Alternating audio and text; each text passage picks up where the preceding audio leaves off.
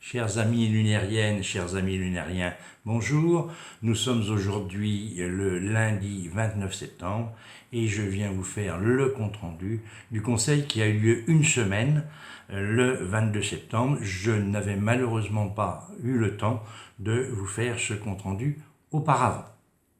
Ce conseil a commencé de manière un peu inhabituelle puisque il a fallu réélire l'ensemble des membres du conseil municipal qui siègent au CCAS. La démission de Christophe Roux, qui est survenue il y a quelques semaines, a entraîné le besoin de refaire cette élection. Alors, nous avons repris les mêmes sur la liste en y ajoutant notre amie Florence Adam, qui est la nouvelle conseillère municipale. Donc, pour votre information, siège aujourd'hui au conseil du CCAS Vincent Bouche, Muriel Carvel, Florence Adam, Éric Fromont, Ludivine Margelly, Amandine Brennan, Franck Beaufils et Sophie Guir. Donc, cette liste a été élue à l'unanimité et comme on était tous d'accord, eh bien, le scrutin s'est fait à main levée. Je rappelle que, outre le maire qui préside, il y a 8 membres du conseil municipal que je viens d'énumérer et puis 8 membres de la société civile qui représentent le monde associatif. En deuxième point, nous avons fait le bilan des services périscolaires. Alors, ce bilan, tout le monde le sait, il n'est jamais positif. Nos cantines, garderies, centres aérés, centres de loisirs font du déficit. Ce n'est pas anormal, hein, dans toutes les communes c'est comme ça. Et il a fallu réajuster très peu les prix, hein, qui sont à peu près semblables à ceux de l'an dernier. Il y a eu une toute petite augmentation pour diminuer ce déficit. Nous avons aussi décidé de reconduire ces fameux chèques jeunesse. Vous savez que depuis 2021, on a décidé de favoriser la participation de nos jeunes à des activités sportives et culturelles et que tous les ans, la commune distribue entre 150 et 200 chèques de 50 € qui permet aux jeunes qui le désirent soit de pratiquer leurs activités sur Saint-Lunaire, soit sur la communauté de communes si l'activité qui est demandée n'existe pas sur la commune de Saint-Lunaire. Ces chèques sont très prisés et on a pensé qu'il était de bonne loi de les reconduire. Passons maintenant au foncier. Il y a du côté du chemin de Port-Thomas des riverains qui nous ont proposé de reprendre la poursuite du chemin du Gringalou, le chemin de Port-Thomas, et nous l'avons accepté bien sûr avec plaisir. Cette cession se fait à titre totalement gratuit, il n'en coûtera rien à la commune. Autre point, je dirais de détail, mais quand même, Mégalis est en train d'implanter la fibre et il y a ce que l'on appelle les armoires. Et pour implanter ces armoires, eh bien, il faut que la commune donne son autorisation, sinon il n'y aurait pas, bien sûr, de développement de la fibre. Donc c'est avec plaisir que nous avons autorisé Mégalis à se servir des chemins ou des petits parkings, hein, qui jalonnent la commune. Autre point, le club Soleil d'Automne va avoir 50 ans. Alors le club Soleil d'Automne, on n'appelle plus ça maintenant d'ailleurs Soleil d'Automne, mais c'est resté dans notre jargon populaire, hein. C'est un grand moment de l'histoire de Saint-Lunaire. Il y a eu des présidents qui sont charismatiques. Celui qui l'est actuellement l'est aussi, hein, bien sûr. Voilà. Et donc 50 ans, eh bien ça se fête. Ce sera en 2026, mais il faut avancer des frais. Et à la demande, hein, de Daniel Carrel, eh bien, nous avons attribué une subvention de 1 500 € sur l'exercice 2025 à l'association donc Soleil d'Automne. On leur souhaite, alors il y a plus de 200 adhérents, hein, vous vous rendez compte, eh bien on leur souhaite un joyeux anniversaire dans quelques mois de cela, puisque ce sera à l'automne 2026. Puisqu'il est question de finances, eh bien, vous savez que quand on prévoit les dépenses, c'est au mois d'avril, et que eh bien, il y a parfois des moins-values, des fois des plus-values, des dépenses nouvelles qui apparaissent, et il a fallu prendre une décision modificative de principe pour équilibrer le budget, mais disons que c'était sans incidence notoire sur la philosophie même du budget.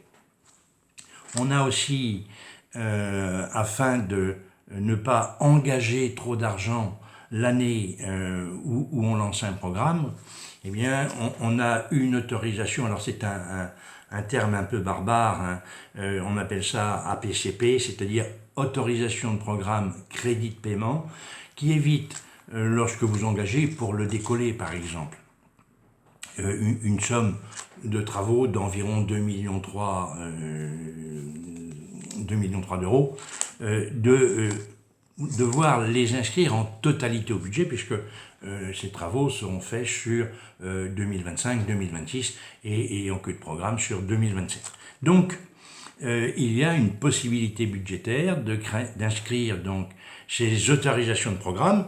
En fait, vous décrétez que vous ne ferez que 50 ou 60% en 2026, quand vous avez fait 15% en 2025 et quand vous ferez le reste en 2027. Donc, et vous prévoyez avec ces autorisations de programme des crédits de paiement, c'est ce que l'on a fait, et vous voilà très calé maintenant en principes budgétaires communaux. Pour continuer, il y a donc des modifications du marché d'extension et d'aménagement du centre culturel Jean Rochefort. C'est ce qu'on appelle les avenants, communément.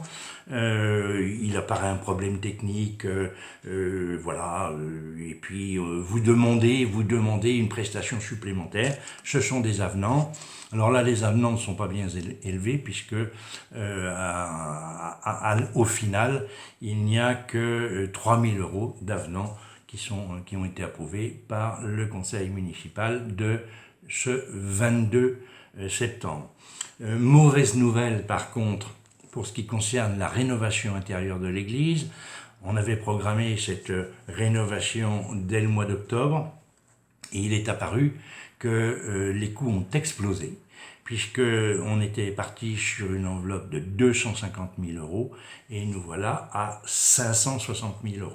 Alors, la rémunération de l'architecte, du maître d'œuvre, se détermine toujours en pourcentage des coûts.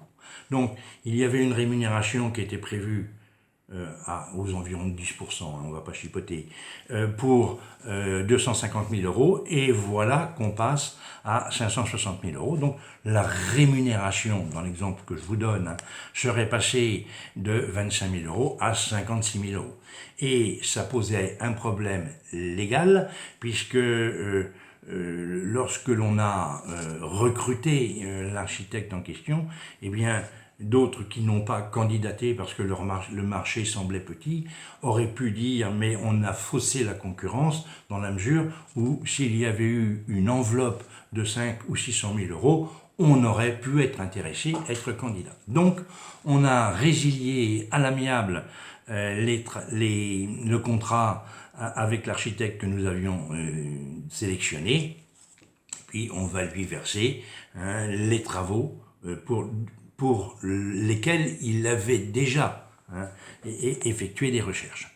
Et puis, eh bien, dans la délibération d'après, on a relancé un marché de maîtrise d'œuvre relatif à la rénovation de l'église, mais là, sur un prix ou sur un prévisionnel de 560 000 € et non plus de 250 000 €. Ça arrive, alors ça nous fait prendre quasiment 6 mois de retard, puisque bien, la relance du marché, la réadaptation du marché, la prise en compte du nouveau maître d'œuvre, si on ne sélectionne pas celui qui était là jusqu'à présent, eh bien, va nous faire perdre du temps. On a voté un avenant également de moins de 3 000 € pour augmenter le plancher de la maison des professions libérales. Vous savez que pour, disons, épargner le foncier, on a décidé de faire 4 logements au-dessus de la maison des professions libérales. Il y avait un problème de calcul de ce plancher. On est passé, alors vous allez voir, c'est du détail, hein, de 23 à 25 cm d'épaisseur, mais eh bien, ça coûte plus cher et la commune, bien sûr, a décidé de financer cette augmentation. Je parlais des servitudes Mégalis, on a aussi des servitudes Enedis, c'est-à-dire que là encore, pour les transformateurs, on est obligé d'offrir des terrains communaux, on est obligé aussi de laisser passer des lignes, de laisser implanter des poteaux, et bien tout ça, ça fait l'objet de conventions avec Enedis, que l'on a accepté, bien entendu, avec plaisir également. Pour l'effacement des réseaux du décollé qui est passé, on a accepté également un léger avenant. Hein. Vous savez que c'est terrible dans la vie municipale, on n'en a jamais fini avec les dossiers. L'effacement du décollé a eu lieu il y a 2 ans, on a payé une partie et maintenant pour payer le final, eh bien, il faut faire ces petites adaptations, mais c'est monnaie courante dans la vie municipale. On a adopté également le rapport d'activité du syndicat départemental d'électricité, qui est notre partenaire, hein, puisque c'est lui qui maintient notre réseau d'éclairage public. Et on a également adopté le rapport sur le prix et la qualité du service public d'alimentation en eau potable. Alors, pour rappel, quand la commune gère elle-même un dossier, eh bien, ça transparaît au niveau, bien sûr, des délibérations de conseil municipal. Lorsqu'elle confie à d'autres, alors que ce soit la production de l'eau, la distribution de l'eau, la distribution de l'énergie, ou du moins l'approvisionnement en énergie ou le maintien de l'énergie, eh bien, elle doit publier le rapport qui lui est communiqué, le faire approuver par le conseil municipal et c'est là que je m'adresse à la population, et le maintenir à disposition de tout citoyen de la commune qui le demanderait. Donc, ces rapports sont à votre disposition et si vous voulez les regarder, eh bien, ce sera avec plaisir qu'on vous les montrera. Autre point, la fête de la Glisse, qui a connu, comme tous les ans, un beau succès. Eh bien, l'idée, ça a été de refacturer à la commune voisine et amie de Saint-Briac, qui participe avec nous, la confection des t-shirts. Alors, évidemment, les sommes peuvent paraître ridicules, mais les bons comptes font des bons amis. Nous refacturerons à nos amis briassins 485,55 €. Voilà qui devait être dit. Autre point, et on en arrive bientôt à la fin, les élections municipales. Alors vous le savez sans doute, la commune de Saint-Lunaire a officiellement passé le cap des 2500 habitants, puisque nous sommes aux environs de 2800. Alors ça change tout, puisque pour les prochaines élections, au lieu d'élire 19 conseillers, eh bien vous en élirez 23. Mais aussi et surtout, il y a la prise en charge par les services de l'État de ce qu'on appelle la mise sous pli et le colisage, je dis bien colisage, de la propagande électorale. En clair, jusqu'aux précédentes élections, celles de 2020, eh bien, les listes se réunissaient pour piller leur profession de foi et les mettre sous enveloppe. Et ensuite, elles en payaient l'acheminement donc aux électeurs. Quand vous dépassez les 2500 électeurs, eh bien, c'est nouveau, mais c'est comme ça. Hein, la mise sous pli est faite par les services de l'État et est payée par l'État.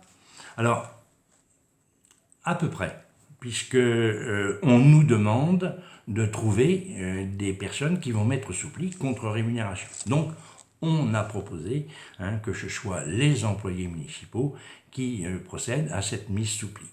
Voilà, donc vous voilà informés.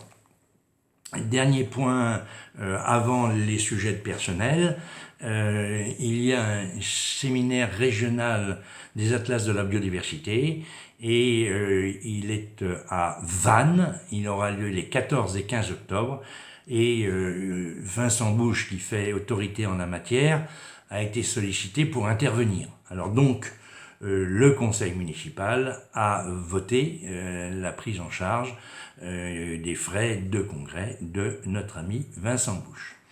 Pour ce qui concerne le personnel, des choses qui sont tout à fait classiques, hein, la création d'un poste d'agent contractuel au service technique parce qu'il y a un accroissement temporaire d'activité.